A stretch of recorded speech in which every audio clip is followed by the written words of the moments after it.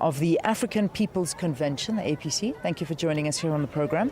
Thank you. Sipho Plaatje, Provincial Chairperson of the Congress of the People, or COPE. Thank you very much for being our guest here. Thank you, Leon. And of course, we've got the mayor herself of the municipality, Noni Kgabi. Thank you very much as well, and welcome to Morning Live. All right, let's start off with this, and I suppose it's only right to start off with asking the mayor, what do you believe that you've achieved for the Mokwasi Hills municipality? Thank you very much, Leon, and good morning to the listeners and the viewers at home. Leon, in 20 years of democracy, we have achieved a lot as this municipality. You need to remember that before 1994, we had a serious challenge of how we were treated by the former government, the regime then. But when we got into government as the ANC, we had to start afresh to make sure that the people of South Africa in all, and the people of Mokwasi Hills retain their dignity. By retaining the people's dignity, I mean that we had no water inside our sites. We had to draw water from as far as 3 blocks from your own home. But after 1994, our taps were inside our sites. We had to we're having a challenge also of sewer, where we used bucket system. But as we speak now, we are using sewer system. And you must remember that we know that in Mokwasi Hills, yes, we have a challenge of sewer, where in before 1994, you wouldn't have these challenges because you were using bucket system. It was also a health hazard. Yes, we cannot say it is good for the sewer spillages that we are experiencing in Mokwasi Hills, but it's a better off when compared to prior 1994. Is the bucket system still, it's still a problem here? In Mokwasi Hills, Leon, we eradicated bucket system in 2007. Good. The first municipality in the whole country to eradicate bucket system. Fantastic. Yes. When you look around yourself, you will find that we have RDP houses, and this extension was only founded in 2007. Already we have RDP houses. This school was also founded in 2007, where we are standing now. When we go to the old extensions also, you'll find out that the people were living in shacks, but now they are living in RDPs. Yes, they are different from these ones, but they are at least having their own sites to live in. When you check former regime, we had no land as your own land where you can stay or build your house. Yeah. But now people are having their own sites where they can build their house, stay with their families, and not staying with the grannies and the aunts and all the people in one site. So this is how much we can say we have achieved as the ANC. But also, when coming to education, you will find out that, yes, we have also increased the schools in this township. Okay. We are now having 7 schools in this township, where formerly we had only 3 schools. All right, okay. So, I mean, it sounds good. It all sounds good from what you're saying. Bucket system has been eradicated, schools are being built, houses are being built, the residents are much better off now than they were many years ago. Let's get the opposition party's view on this. It sounds like a rosy picture to me. Cope, what do you think? Leon, let me start by saying, we have thought of a very better South Africa after 1994.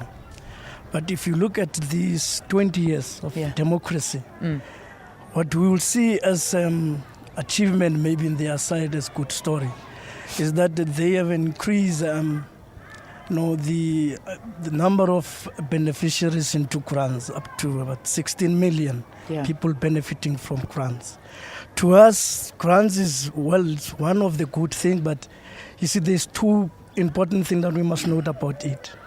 One is that if you put people onto grants, what if the grants get, the government get funds get dilapidated and government doesn't have money to pay those grants? So most of the people will be left stranded. And grants are not actually enough for always for people in South Africa. Yeah. So one other point that I want to put to you, if you look around, South Africa is in a flame. It's burning all over in South Africa. To us, it's not what we thought that democracy will bring in South Africa. Because if people are protesting, are burning, and there's fire everywhere, to us is a vote of no confidence to the current government. It tells us that people are not happy about the services that the government is giving to them. Yeah. So we actually saying what the mayor is saying now.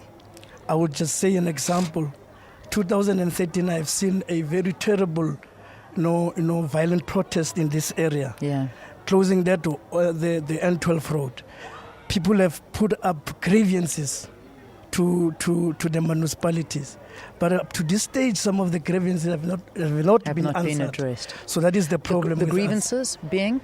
The water, the extension 15 RDPs, they were not finished.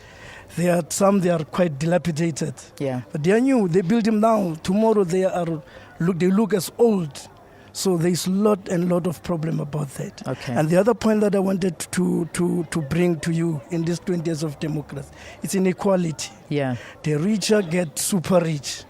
The poor get very poor. They are destitute. Yeah. But if you look around, only cronies and close people in government get rich. Yeah. You would see, I would make an example with one area which I don't want to mention here. All right. But you will see that people are getting fat and richer, but the the poor poor people are getting poorer.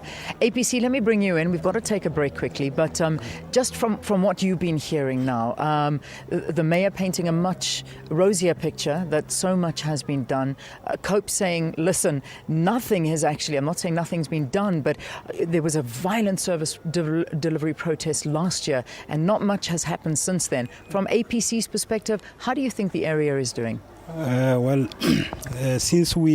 must also make mention of the fact that as the APC, we have been involved in this area around in terms of the issues raised by the community, because since 2012, we have been engaging with the municipality on behalf of the community around here. And for now, since 2012 to date, we are somehow at least impressed by the level of performance, because in terms of the grievances that we put forth on behalf of the community, most of them are being addressed. For instance, the issue of allocation of sites to communities which were squatting in Extension 15. And as we speak, we have seen that there's some quite of development in terms of housing. But in terms of our 20 years into democracy, it cannot be correct that our people should wait for 17, 18 years before they could have access to services, basic services, access to housing. And this shows the level of incapability from the government side, because and the lack of agility from the government officials, because it cannot be correct that people will have to burn tires before they could be listened to. Okay. Yes. All right. Let's take a break here on the program, and when we return, we'll continue with this discussion. But also, it's important to note that we did invite the UDM to come into this discussion as well, but unfortunately, they didn't arrive to take part in this debate that's happening this morning. So let's